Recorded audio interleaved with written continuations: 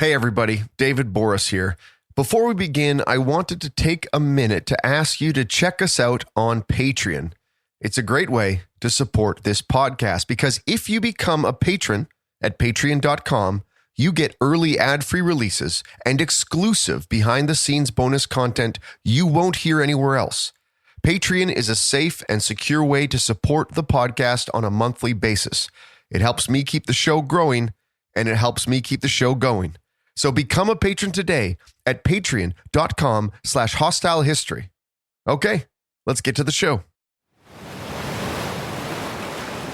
The storm had spent its fury, but the sea refused to release its final victim. As dawn broke over the island, a battered sailor drifted through the surf, every breath a struggle against exhaustion. Salt stung the countless cuts across his body as the waves carried the naked man onto a lonely stretch of sand. And there, fate intervened. The island's princess had come to the shore to wash her clothes. Instead, she found a man who looked more ghost than mortal. Though wary, compassion overcame fear.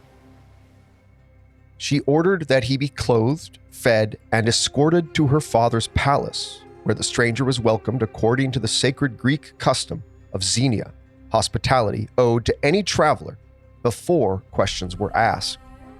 That evening, beneath the glow of flickering bronze lamps, the royal family gathered around their unexpected guest. He ate in silence, his eyes lingering on the fire as though it held memories too terrible to escape. Finally, the king leaned forward.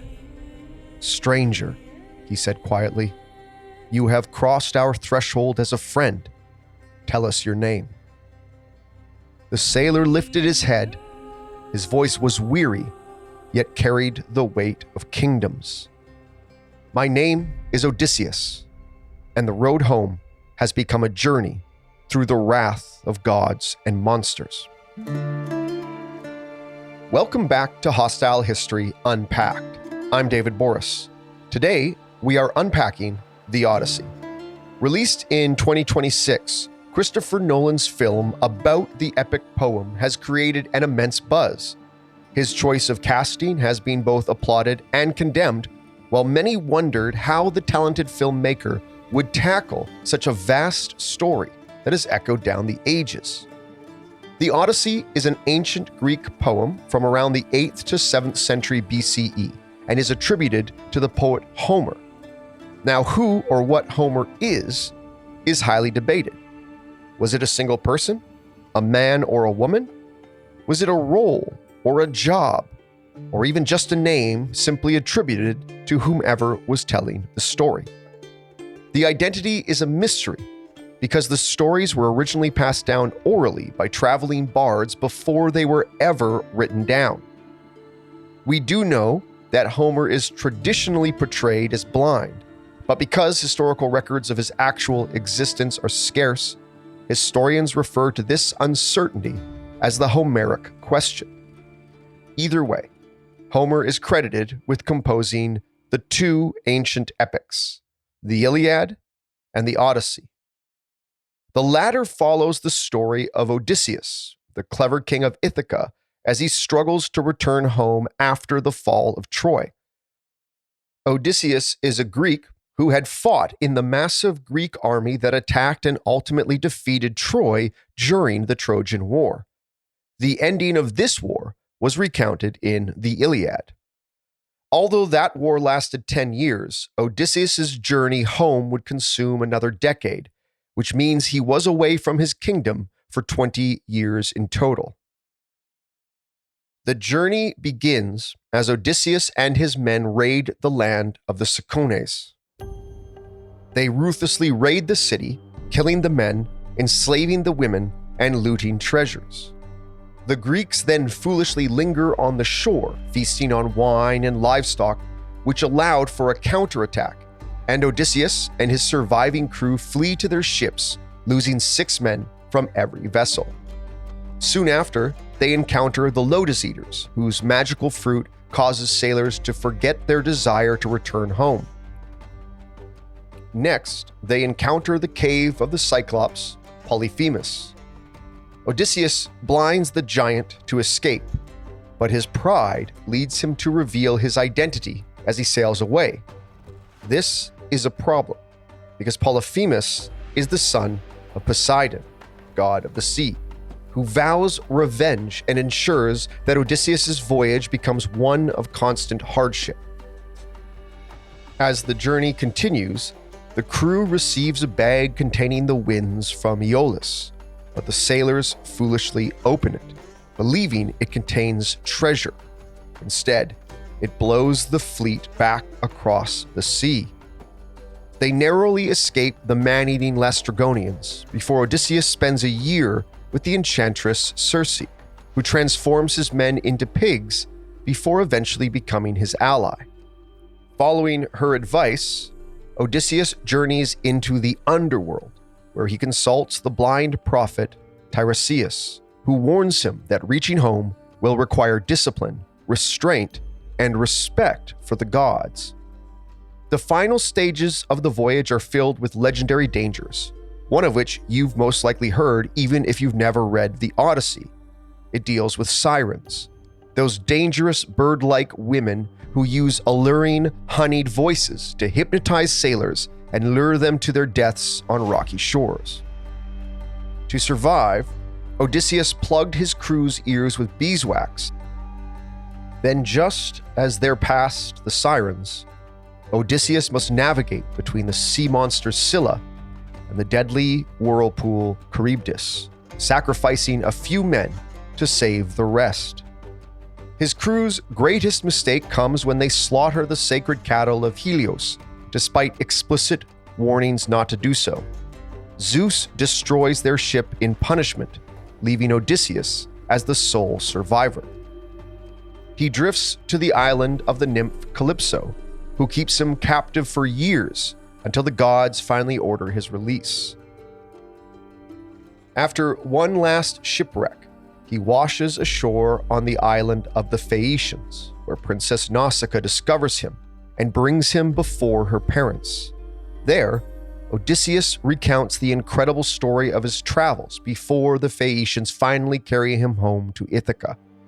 Disguised as a beggar by the goddess Athena, Odysseus secretly returns to his palace, where dozens of arrogant suitors have spent years competing to marry his faithful wife Penelope, believing Odysseus dead. With the help of his son Telemachus, Odysseus reveals his identity, strings his great bow, and kills the suitors in a dramatic battle that restores order to his kingdom.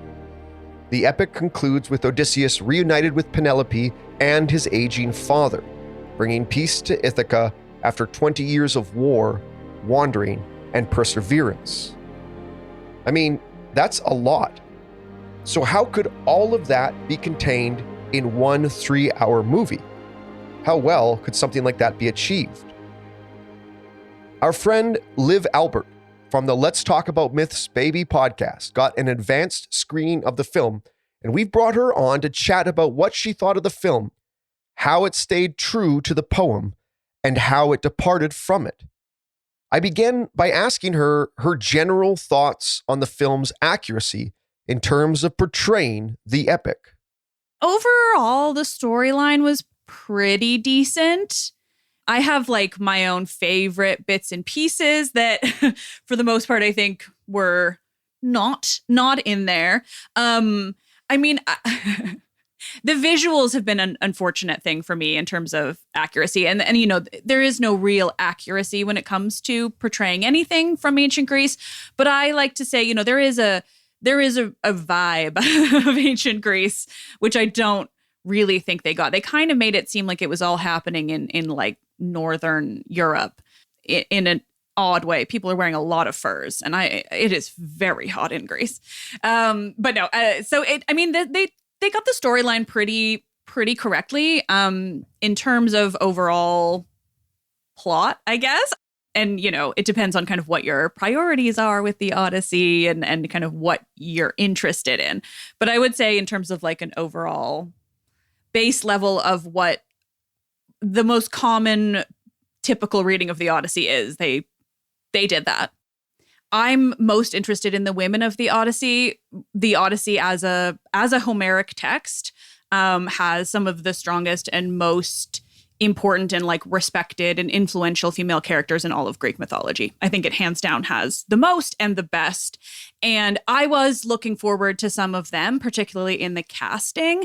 And unfortunately, that was not delivered upon in any way, I would say.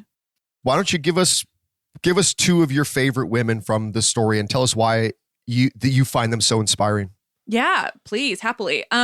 Well, one of the women who I think is most interesting in the Odyssey very specifically is Helen. Of course, she's also one of the most famous characters of the Trojan War more broadly. And this is Helen of Sparta and Helen of Troy as both. We've heard both those names used, right? Exactly. Yeah. I try to like either not pick one or just say both. But yeah, Helen of Sparta originally. And of course, in the Odyssey, she is Helen of Sparta again. And in the Odyssey, the book, it's quite interesting because we all know that the Trojan War was fought, quote unquote, over her. I mean, that's a mythical, that's an invention. There's no reason why an entire fleet of thousands and thousands of people would go over a woman. But that is, of course, like the thing they say that it was fought over.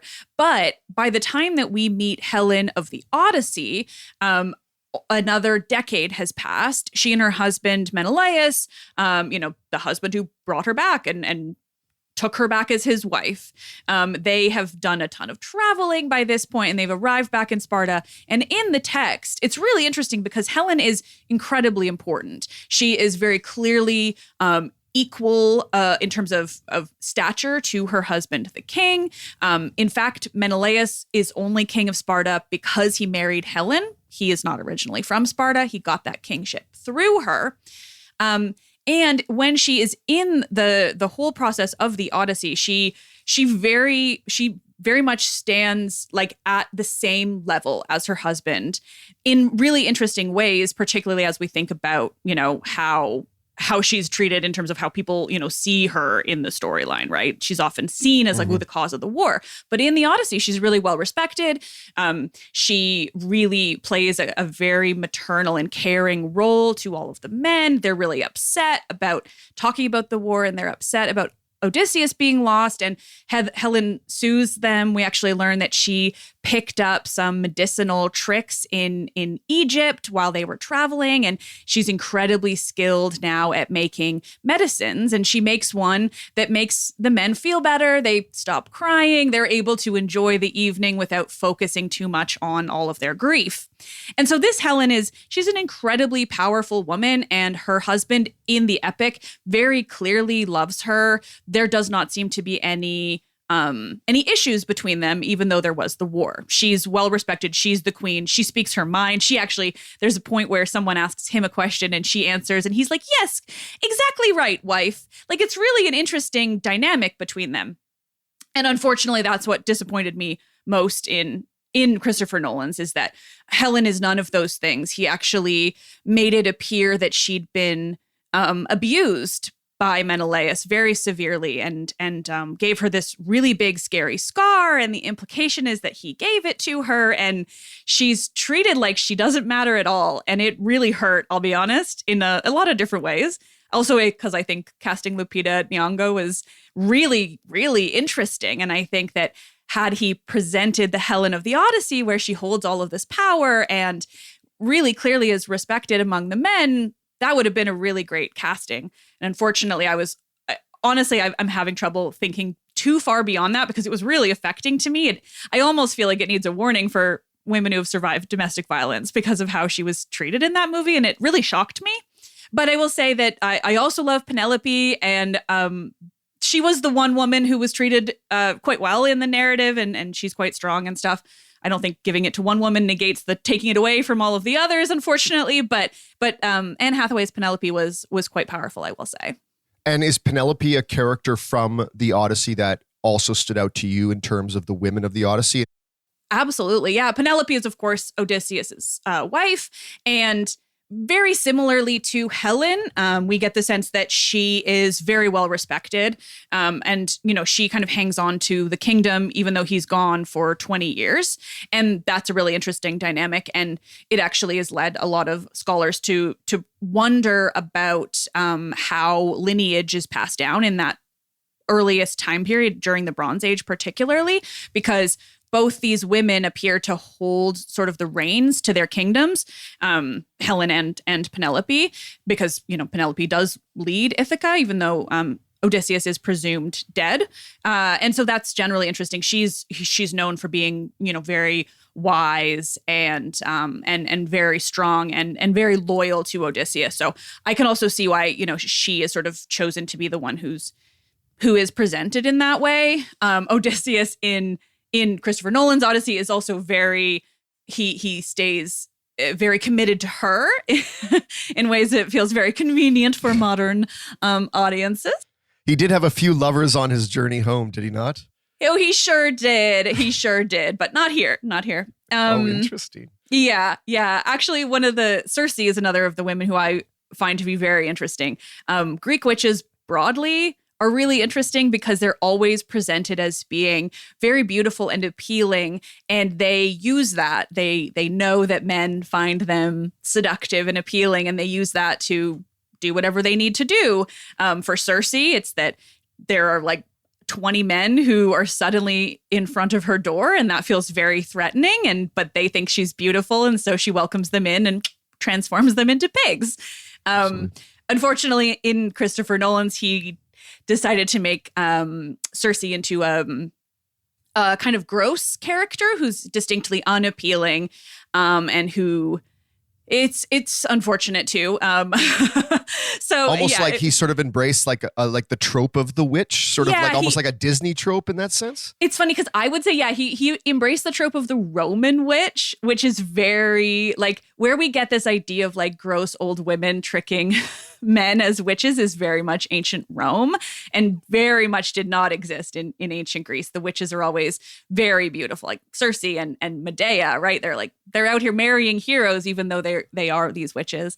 And so that I was really excited to see that because I think it's quite an empowering narrative to be like, women who understand the power that the patriarchy has given them by making them beautiful and being able to use it to help in their regular lives or in their lives generally is a really interesting concept.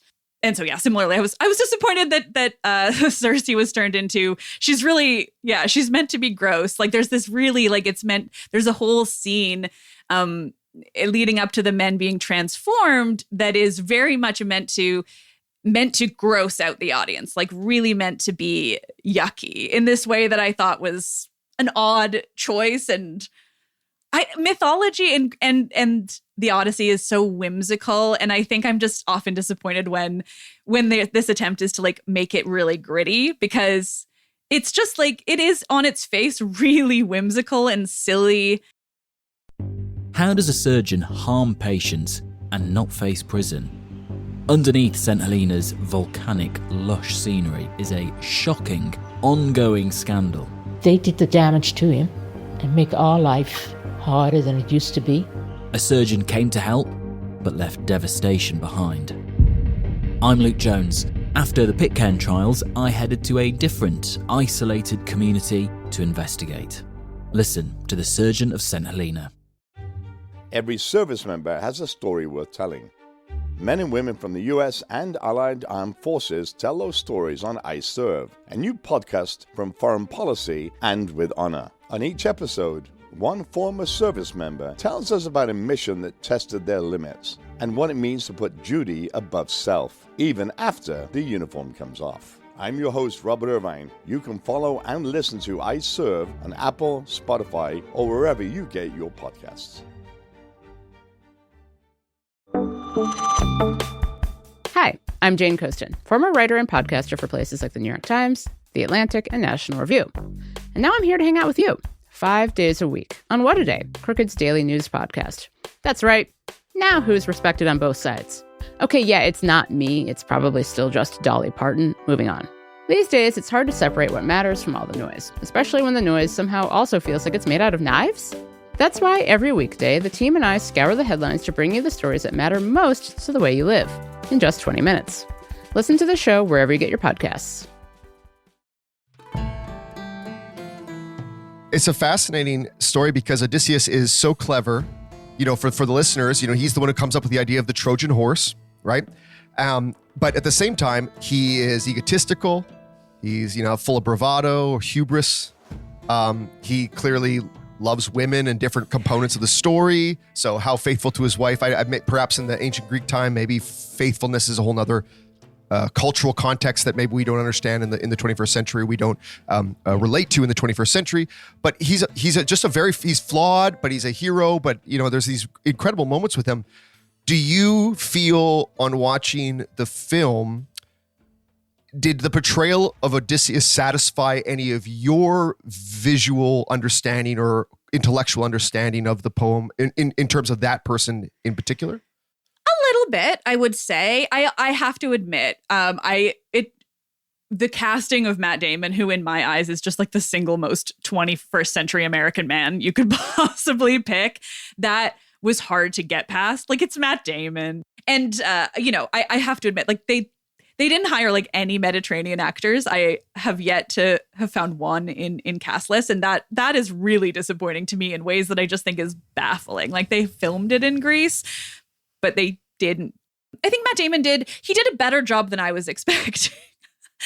I'll put it that way, because I did think he's just like the most American man I could imagine. And so I didn't have the highest hopes, but I did kind of find myself in moments thinking, okay, he's playing an Odysseus. I don't think he was as clever as Odysseus should be, or as conniving. Like, Odysseus is really out to save himself in a lot of ways. And I think that the modern West, in terms of how we create stories like this, I think Hollywood, but also just storytelling broadly, like, we have a lot of trouble with telling stories about complicated people when those complications are sometimes good and sometimes bad. And I find it disappointing, because I think that's what makes it so interesting, is that he is good and bad. He does a lot of really good things and he does a lot of really bad things. And the ancient Greeks called him, I like the translation of complicated. A lot of people don't, but the word is polytropos, and it means many turns. He's a man of many turns. And in English, I think that works very well as complicated, because the purpose is to suggest that he is sort of ever evolving, constantly thinking and constantly sort of manipulating. And I think people get really quite bothered by this word complicated, with this assumption that that's an insult. And I find that funny. I think I'm proud to be a complicated person, and it's odd to hear that kind of pushback. But I think that's what kind of got lost is the complication of Odysseus. To me, in the film, he was very much presented as sort of the typical hero trope, the, man survives war.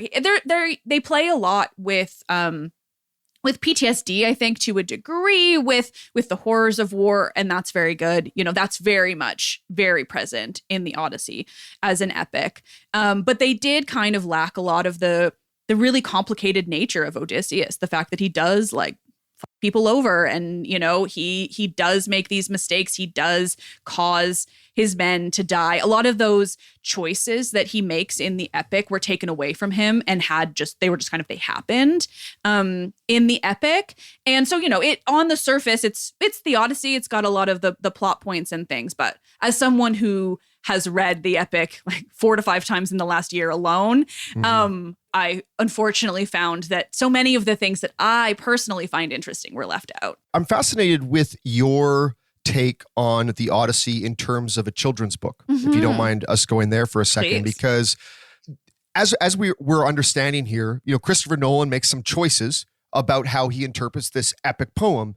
And through the ages, even let's go all the way back to the Bronze Era, when it was just oral storytelling, people were making choices, what to include, what to exclude, how to connect with the other return stories of the other people who participated in the Trojan War. So there's a lot of listeners don't realize this is part of a much larger canon of post-Trojan War literature, the return of these Greek heroes, the return of these kings, story, these generals. it's Yeah, exactly, right. And so there's just so much ability to be subjective in terms of interpretation.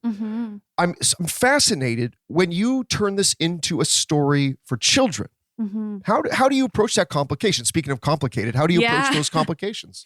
Well, I would say in my reading, I think there are two ways of going about it based on everything you said, which is quite spot on. But the thing that often gets kind of lost in this question of all of these return epics that are lost is that, you know, there's a difference between sort of broader mythos and singular epics, right? And so for me, when I was writing the Odyssey, I made a really conscious decision to say, I'm writing the Odyssey. This is Homer's Odyssey. This is the singular epic that survives as a whole, because it's so rare that we have epics that survive in this form from this time period. I mean, there's only two, right? There's literally only the Iliad and the Odyssey.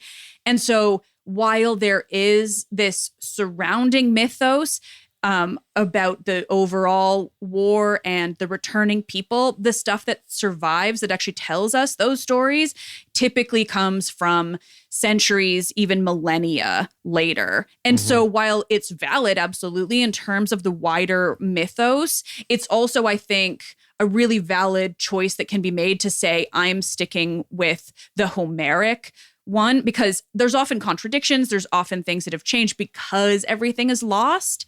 But I think that context is really important as well. So in my book, I talk a lot about the surrounding facts. So we have pages and pages introducing oral storytelling, the concept of Homer. You know, he likely wasn't one guy. We say, we name him as if he's one name. It's easiest, but the likelihood is that this idea of Homer is a compilation of so many poets that were telling these stories over hundreds of years, you know, at a time when there was not an ability to write down that length of, like, they had writing. People like to say they had no writing. They had writing. They just didn't have something that could record an epic until later.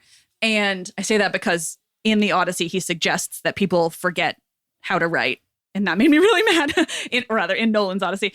But so in mine, I made a conscious effort to really center everyone in the background, in the history, and to understand that, like, this is Homer's Odyssey as the epic. And so I made that decision of it stays as true to the Homeric epic as physically possible. There's actually no full plot points that I cut out. There's no violence that I fully cut out. Obviously, we made things kid-friendly, but I wanted to make an Odyssey for children that was as true to the Odyssey that the rest of us can read in translation as possible. And so I'll say very proudly, like, for all that it is made for kids, the text itself is just a shortened, very readable, but very true to Homer representation of the Odyssey. And so for me, it was about making sure I got all those complexities in and explained to the kids separately, too, that, like, just because Odysseus might do some bad things, that doesn't mean we think he's a bad guy. We just have to recognize this. They are meant to be human characters. And I think it's really easy to get lost in how modern storytelling exists now, because that is a one person sitting down to tell a story, and that one person has all of their internal biases, whether they know it or not. They're just one person. But the Odyssey and the epic and the Iliad were not just one person. And so they don't have the kind of, they don't have that same inherent bias. It's not quite the right word, but I just mean that, like, there wasn't someone saying, like, okay, this is the message we want to convey. We want by the end Odysseus to look like a good guy. Like, just these things that we think of, and like narrative tropes and even pacing and stuff. All of these things we think of very differently now. And so I was just most interested in conveying how the storytelling existed then, and Odysseus in all of his complexities. He loves his wife and he makes a ton of mistakes. He actively chooses to spend a year on Circe's island in the epic. And it's not until his men come to him after that year and they're like, hey, like, we're kind of ready to go home. And he's like, oh, okay, I guess we'll go home. Like, to me, that's entertaining. Like, does it make him look bad? Yeah, but that's not bad. Like, that's just us appreciating a story about a complex person. You know, it's just interesting to me the way I think people feel the need to have this, like, you need to have him likable. You need to have him do the good things that a modern story would expect of this man to do. And I just think that's so boring, frankly. And so mine was very much an effort to be like, this is not me rewriting it for you, you know, for a completely fresh take. Like, this is the Odyssey simplified. And so one thing I'm also very proud of is my Odyssey does not manipulate the narrative structure at all, which I find most retellings, like anything that's not a simple translation, they tend to do. There's this habit of presenting the story as being like, the Trojan War ended, and then Odysseus went here, here, here, here, and here, and he ended up at home. Whereas that is how the actual like events might happen. But the narrative of the story is that the Trojan War has been over for 9 years. Odysseus is stranded on this island. And then before long, he gets to a new place where he tells the story of what happened to him in those 9 years. And I find that to be the most interesting part, because again, we get to question, why is he telling us this? What elements might be, you know, invented or just, you know, like blown out of proportion, any of these things exaggerated, right? There's just so much potential for that. And it allows so much more thinking and conceptualizing on the side of the reader. And I just find that to be like so much more interesting for kids and adults. Like, I want to wonder, like, oh, you know, because all of the monsters, all of the wild adventure story, all of that is told through Odysseus. And he begins his story to the Phaeacians. The reference is they've just been talking about, the Phaeacians are also the people that he lands on after being stuck on the island for 9 years. So those are the people he tells his story to, and they will eventually bring him home to Ithaca. But when he's with the Phaeacians, their bard, their poet, their equivalent of Homer, is singing a song, a story. He's telling the story of the Trojan horse to this group of people. And they don't know that Odysseus is there. They think he's a stranger. They don't know.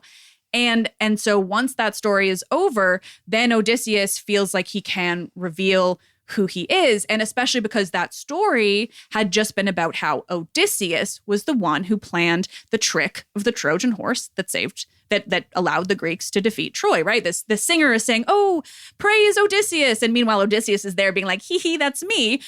And so, you know, then he sits up and he basically says, he stands up there and he says, my name is Odysseus. I'm the son of Laertes, and I am famous for my clever tricks and deceptions. And now I like to use the word lies, but people sometimes get a little triggered by that.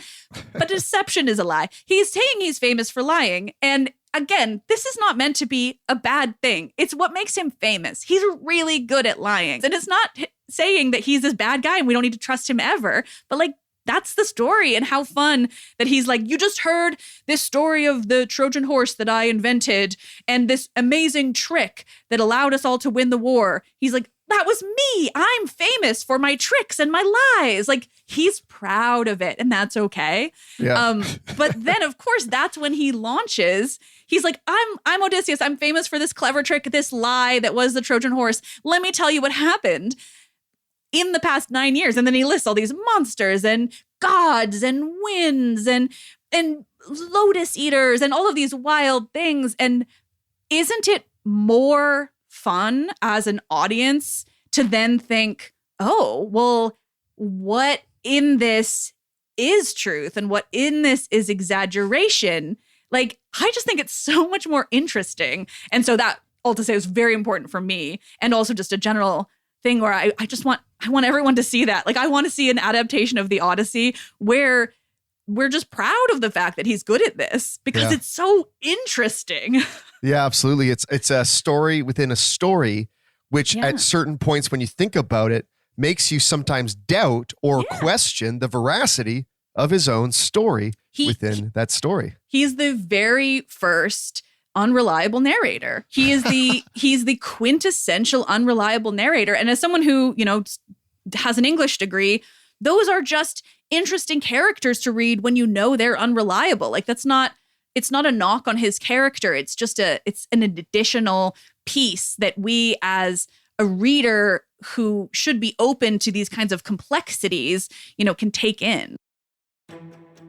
Thank you for joining me this week, and a special thanks to Liv Albert. If you're interested in her book, I'll make sure to add a link in my show notes to her website, where you'll be able to find it along with her other works. And also, please make sure you give Let's Talk About Myths, Baby a listen. You can find it on Apple Podcasts, Spotify, or wherever you're listening to right now. Hostile History was written by me, David Boris, and produced by Curious Cast. Our producer was Dila Velasquez. Our audio producer and sound designer was Rob Johnston. Our executive producer is Chris Dunner-Duncombe, the director of Curious Cast, podcast for curious minds. Hostile History is part of the Canyon Entertainment umbrella. You can find Hostile History on Instagram by following our Canyon Entertainment page. You can find Hostile History on Facebook by searching and following Hostile History. Keep your powder dry.